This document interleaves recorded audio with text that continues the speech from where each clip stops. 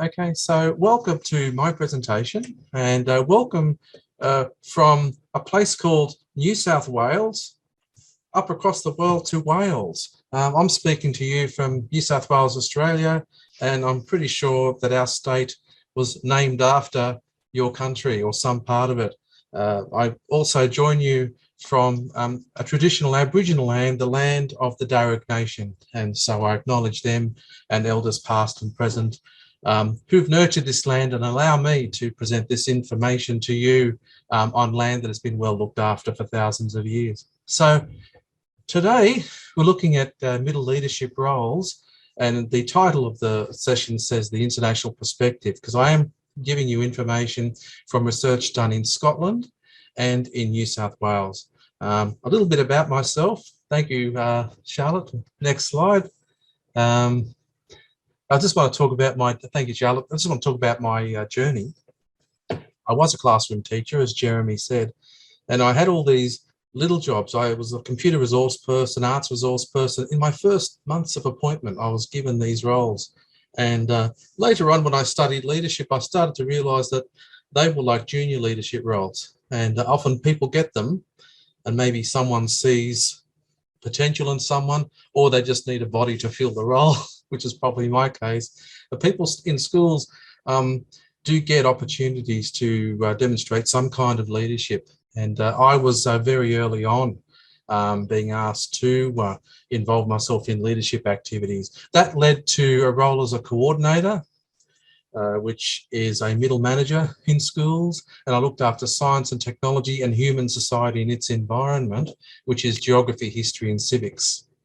And also looked after ICT in the school. I spent some time as a deputy principal, and in that role also spent some weeks as an acting principal.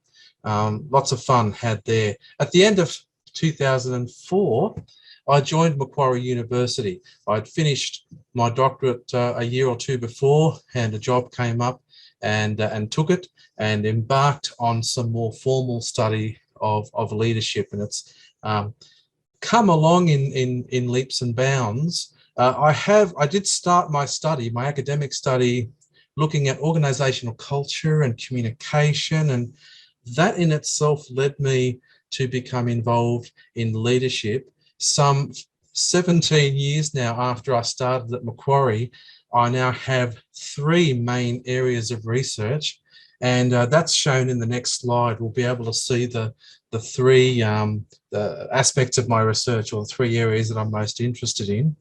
And we, as I said, started off in school, communication, leadership. The work in middle leadership didn't come from that. It came from me having to devise a leadership course in middle management, it was at the time, and realising that there was very little literature and very little academic structural work in the area of middle leadership. I could go to corporate books on business studies and human resources management and find heaps of stuff on it. And that's what I drew from when I created the course. But there was not much in schools. But I did notice that there was a fair bit of work coming from the United Kingdom, coming from England and coming from Scotland, and coming from other places, and a little bit from America as well. So since that time, it's actually exponentially improved and has increased, and there's been a whole lot of interest in middle leadership, as everyone here knows, and why this forum is happening. So 3 major projects have emerged.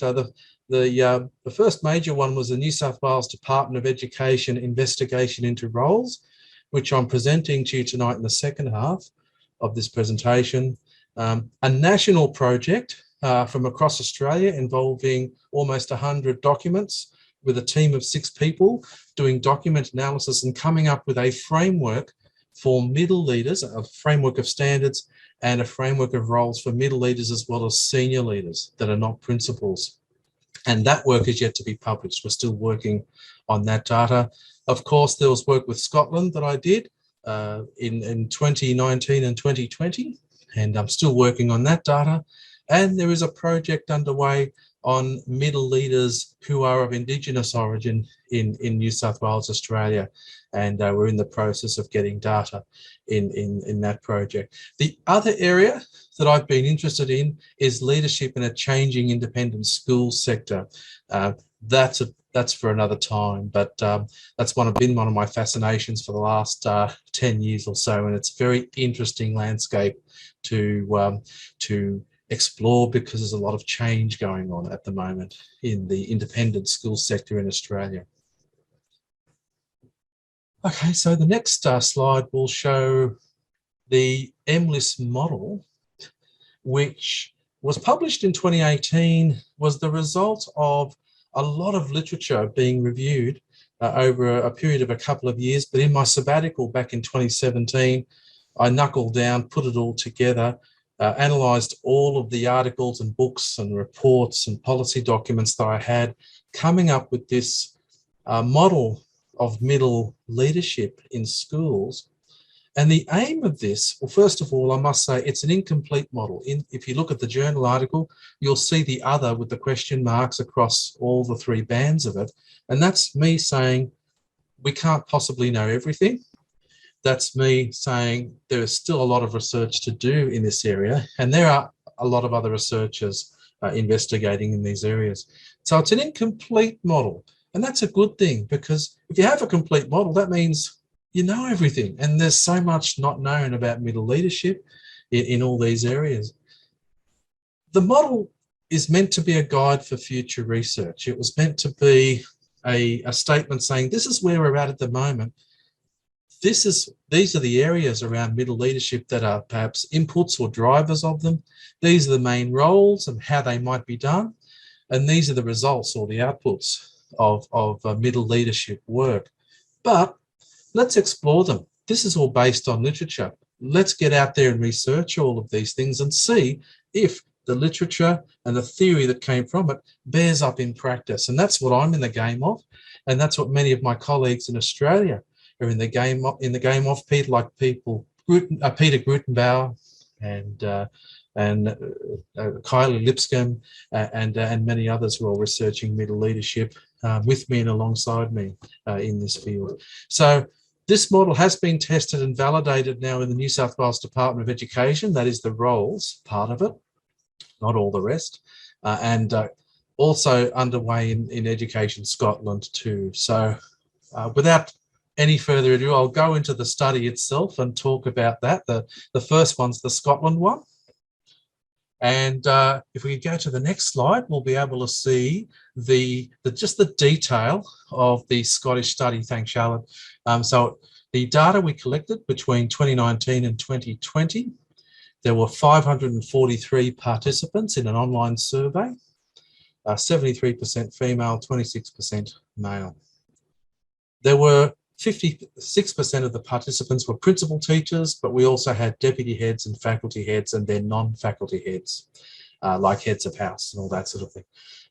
So I gave that report of the data. It was a priori data, not empirically factor analysed data, to Education Scotland in January 2021. And a year later, because of COVID and all the other complications we've had here in Australia at least, I haven't managed to progress the factor analysis of that data, but I am going to, and we'll be able to do that very soon. There is, of course, further empirical work to be done, and the factor analysis is an important part of that. But I just wanted to now move on and show you some of the data, the a priori data that I found from the survey of 543 staff members, and that's on the next slide. So this just shows engagement with each of the key roles. So in the centre of the MNIST model, you would have seen 6 roles, and they were student-focused, administrative, organisational, supervisory, staff development, and strategic. So I will actually describe each of those as I talk about the data that we captured for each of those roles. So if we go to the next slide, Charlotte, we'll be able to get right into it. So the student-focused role is all about students and what middle leaders do with students in their middle leadership role. We're not talking about the classroom management stuff that we do as classroom teachers, but it's when a student comes along to a middle leader's office, or a middle leader is working with students in the capacity of their role, what sort of things they're doing. And we're going to find out in the collective data that this was a big role for middle leaders, and it should be, because that's the bread and butter. That's what we're here for. We're here for the students. So the major tasks that middle leaders in Scotland were undertaking in the student-focused role were to do with just helping students. In particular, it was about dealing with student behaviour, as you might expect, but also assisting students with academic issues, with learning issues, and the troubles they were having, or the challenges they were having with curriculum and whatnot. In some cases, they were meeting with students about academic issues and personal issues. You can see from the mean there that they were quite significant tasks as well. And we also had liaison between students' home and school. So that was the meat of the student-focused role. And the mean across the 543 participants was 4.05 out of 5. So that means it was a fairly significant role, or fairly major role, for these middle leaders. The next role, if we go to the next slide, was the administration role. And you can see from the top two there that most of the administration role was all tied up in record keeping and tracking and use of data. And in some cases, teachers are supported by admin people here, but in other cases not. So what happens here is then the middle leaders are learning about administration. They might be making a few mistakes or making a few advances. And this is really good, because when you become a senior leader, you get ideas about how to do these sort of things well, and you can maybe tell other people how it should be structured and get it set up, or you can sort of set it up yourself. But it's good to have that experience of setting up administrative systems. You can't manage well with those really tight administrative systems. You tend to waste time. So it's very important. Also, of course, the creation of those systems and doing mundane things like purchasing orders and things like that were also part of the role. Okay, the next one is the organisational role. And I have to explain this one, because when I originally conceptualised the model, I had organisation and administration in the same bucket, right? But there was some literature, and the literature came out of England. I think it might have been Bush and Glover's work. It might have been other people as well, who actually separated the administration tasks from the organisational tasks. And for organisation, they were talking about the things that teachers do, like organise rosters and planning of curriculum and all that sort of things. That's why there's an admin role and an organisation role that's separate. When I read the work, I realised, yeah, that is true. They are different. They are different sort of things. Administrative role is about organising things, but the organisation role involves people most of the time. So organising rosters, implementing curriculum and planning curriculum was part of this role, because when I was researching it and started accumulating the data on this particular role, when the articles and the reports that were mentioning this sort of work were mentioning curriculum as well. But as we will find out from the New South Wales data, this could not be so. And I'm hoping to find this out in the Scotland data as well. So rosters, timetables, all those things that involve people being moved around is what the organisation role is all about. Thank you, Charlotte. The next role is the supervisory role. This is the one that a lot of people, a lot of the literature say that middle leaders are the least enthusiastic about. And there are various reasons for that. One of them being, of course, they were just a teacher themselves and still are, and here they are in a supervisory capacity over teachers, doing things like monitoring performance, supervising staff members generally. Discussing work performance is a very uncomfortable discussion for many middle leaders, and even providing feedback. Again, originally when I was conceptualizing this from the literature, I was tending to bucket supervisory and staff development in the same construct, but I soon realised that there was a separation between them, and some of the literature was a lot of the literature was indicating that as well. So that's why we have a supervisory role that's all about watching and looking at compliance and all those kinds of things. And then we have a staff development role, which is the next slide. Thank you, Charlotte. Which is all about how we develop people. And if I were to run a correlation analysis on the factors here, I reckon that staff development and supervisory will be the most correlated elements in a statistical analysis, because I think one leads to the other. It makes a lot of sense, and it can be a revolving cycle, a two-way cycle. But in this role involves our middle leaders leading staff development or facilitating it or organising it, or mentoring is part of the role as well. It could be that induction is a part of that staff development as well, although in the New South Wales data we found that induction was probably the least of the involved tasks. You can see here in the Scotland data it also has the lowest mean here as well. It is the thing that middle leaders are least involved in their staff development role. It doesn't mean they're not doing it, but that mean tells me that it's not as common a practice as all the others.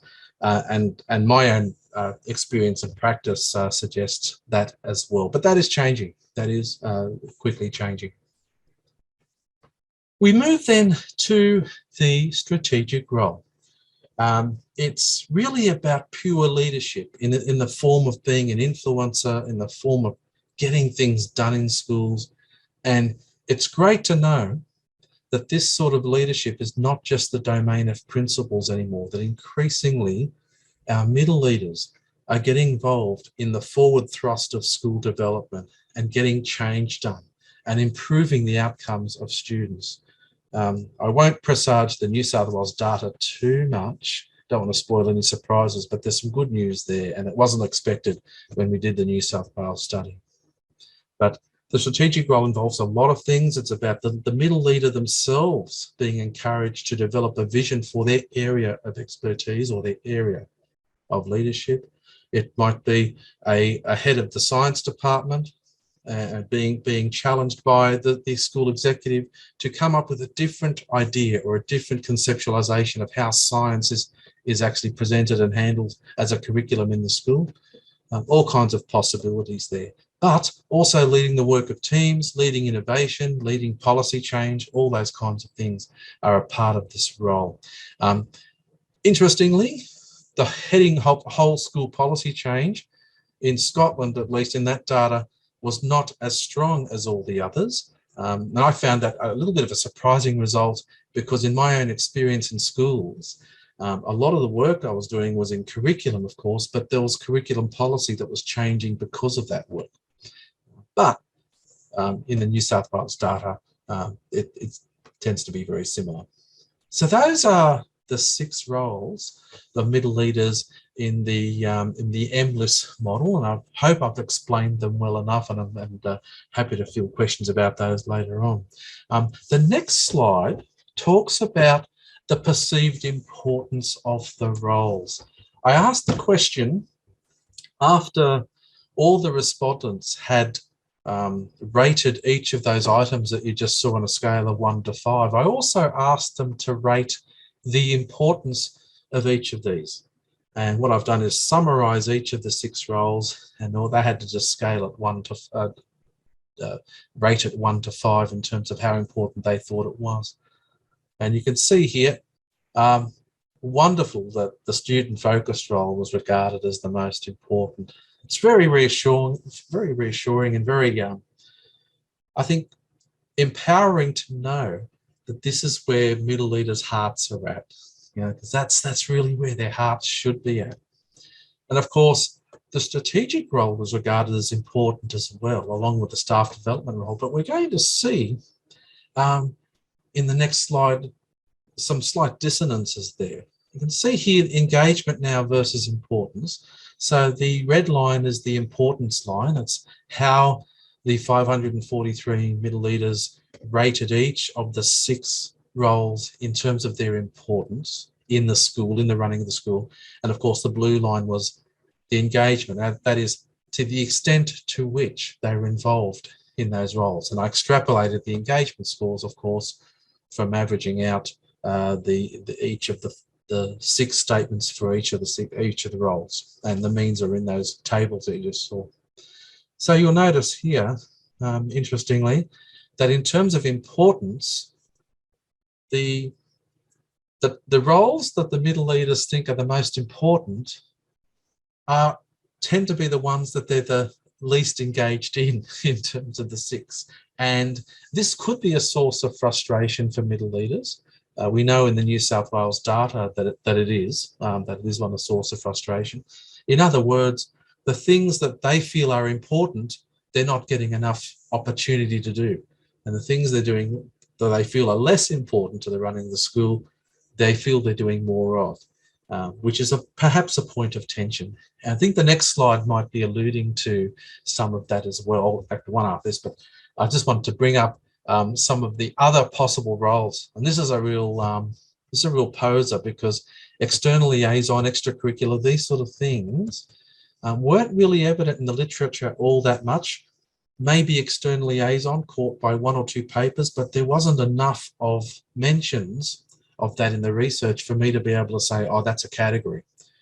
But here it was mentioned by at least 59 of the participants, along with doing extracurricular work. That might be school band or sport or whatever else, as well as all the others. So if we go to the next slide,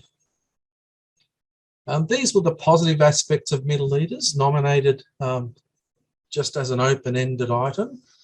Great to see that people are saying it's about developing capabilities. Great to see that there was a focus on student outcomes.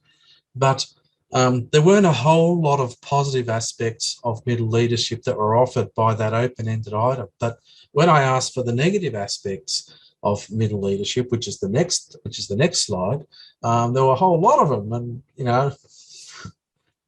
it's sometimes unfortunate when you see these sort of differences, but when I looked at them, when I started to tally up the different aspects from thematic analysis, none of these were really that surprising. Not enough time to perform roles, even in my experience, I suppose in your experience too.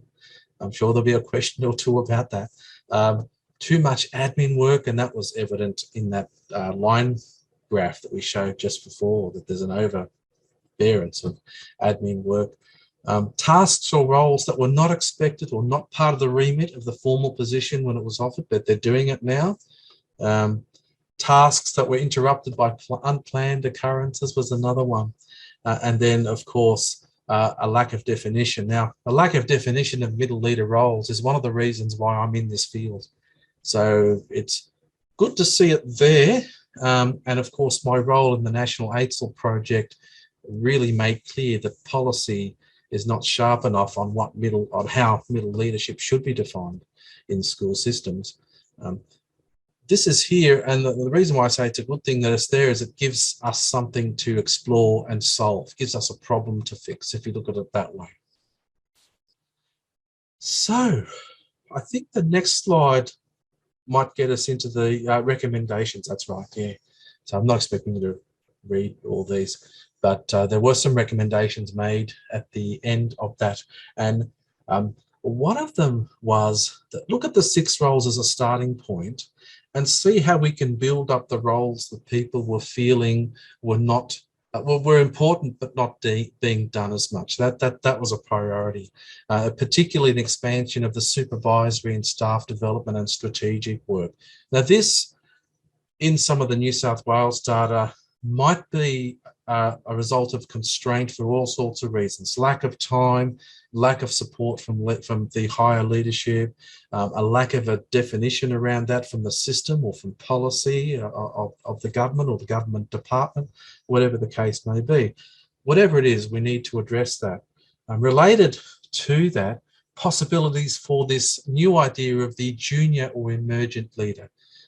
It's a term that I've been using a lot for the last couple of years. It's a term that is not used much in the educational literature, but it is terminology that I've been pushing hard in every project that I've done. And I've been mentioning it, I say it all the time. There is such a thing as a junior leader. There is such a thing as an emergent leader. And these are the most important people to nurture if we want more middle leaders and middle leaders that are even more effective, who actually then want to put their hand up and become senior leaders. We do have a recruitment problem in that area worldwide. Of course, we need professional development. Of course, we need very good position descriptions and requirements for the role. And over and above all that, the last recommendation was we need further research. So I think that brings us to the end of the Scotland, the Scotland project. And I'll now sort of start talking about what happened in New South Wales at the same time, just by fluke. The Scotland project and the New South Wales project, the data collection actually overlapped. So the next slide introduces us to New South Wales. And if you can imagine, this is New South Wales, to give you some idea of the size of Wales in compared to New South Wales. If you look at the very, I don't know if you can see my mouse, you may or may not, but if you look at the top right corner of the state, where there's a little groove. Yeah, that's it. Where the thanks, Charlotte. Right there, actually, you're right there. Where that little groove is, where Charlotte's mouse was, or where my mouse is now. Yeah, right there. That's about the size of Wales. That little bit there. Believe it or not, I just did some measuring up today, and on my the slides I've got on my computer, I put them in, but this is running off Charlotte's machine. So that's the size. So I just wanted to give you an idea of what I was doing here with this research. It was, we sent invitations out to 7,000 middle leaders in schools in New South Wales, across the state of New South Wales. New South Wales being about 1,500 kilometres across from east to west, and from north to south, about the same distance up. So it's quite a lot. It's quite a big, there's a few European countries that could fit in New South Wales. And there's a lot of landscape and a lot of different environment. So we're getting people here, 2,608 participants, from the desert to the mountains to the coast, and from rural to metropolitan to extremely remote places in country. So we had quite a collection. We had 45% who were assistant principals. Now, assistant principals are middle leaders in primary schools, and they usually look after a cohort, like a stage, or they might even look after a subject area as well. And head teachers in Australian secondary schools are not like principals or heads in the schools in the UK, but are heads of subject, so department heads. And we call it, in the Department of Education in New South Wales, they are called head teachers.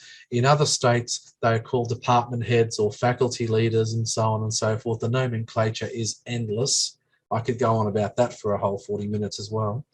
And then there were others as well, like coordinated instructional leaders and so on.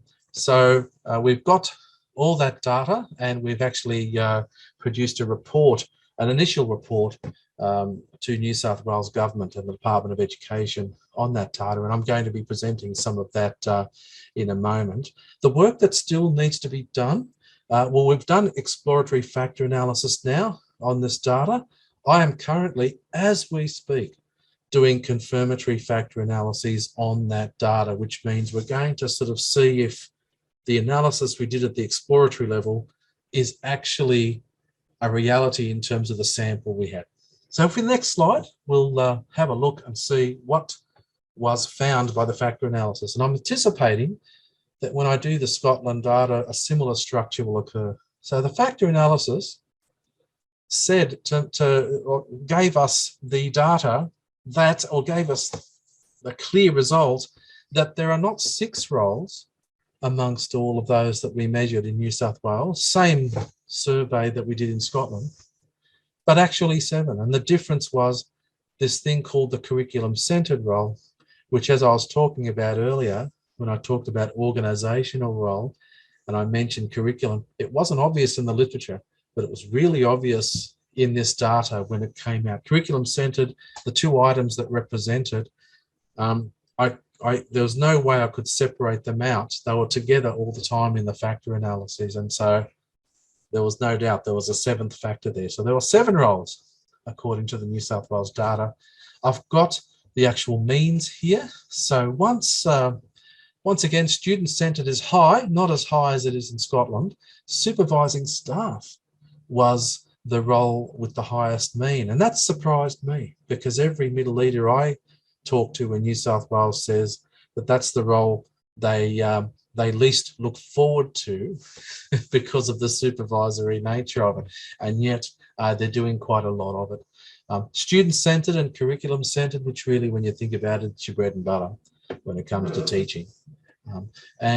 Of course, when we're talking about these things, we're also talking about developing staff, supervising staff, administration. Those things that we found in the Scotland data were all there, and they were all confirmed. That was a good thing. That was good. It meant that the theoretical model that we had in that MLIS model was actually validated and proven here. If we go to the next slide. So these are the other possible roles that were found. Again, like Scotland, I asked participants to nominate what other things they did in their role that weren't part of the other 6. And again, the external liaison, I think that's going to be something I'm going to have to rewrite the survey for, because it's definitely there. Staff wellbeing, parent liaison, wouldn't you know it, extracurricular as well. But another one, relieving it at a higher duty, was also. Among the 252 people who responded to that question, there were 4. Next slide shows us some of the top 10. Very, very quickly, because I know time is running. So here we see, I just compared the means of all the individual items, irrespective of what role they belong to, all the individual tasks. And you can see all the green there, that even though the supervisory role was prominent in terms of means, when you look at the individual tasks, a lot of it's about student-centred, which is lovely, really. It really is where middle leaders should be. And here they are doing all those jobs, helping students, being responsible, just like the Scotland data. And that's why I like looking at individual items as well as clusters of items, because it tells a deeper story when you're looking at data like this. And of course, supervising staff is of course prominent there in those 2 roles there. Least prominent, developing staff, and leading, learning and change in the top 10, which is to be expected when you look at the means we had. The next slide shows us, and this is really encouraging. There's only, I think, 1 slide after this, if I remember. We asked middle leaders what their perceived impact was on student learning in their experience of their role. And it was such a pleasure to see at least moderate, high or very high impact that they were reporting. Now, it could be vanity and overinflation, but I just don't think so. These are people who are a very down-to-earth lot that would criticise themselves perhaps before promoting themselves. Teachers are like that as a population, I notice. And so that's a very encouraging thing, that they perceive that they're having quite a lot of impact on student learning, and this is through their role. This is fantastic news. The next slide, though, shows us some of the possible constraints and admin requirements, the paperwork around the role, workload, limited time, the lesser of the 2, dealing with student welfare and the lack of support from school leadership. Those are quite common things as well. But the limited time is quite a factor. It'd be interesting to see what people think about that in the discussion after this, as well as the workload. But those were the perceived constraints. And of course, my team are doing further qualitative work on that data, at the same time, and that's Kylie Lipscomb, Sharon Tyndall-Ford, and Christine Grice, who worked with me on this project, and Kylie, who was actually the co-lead with me.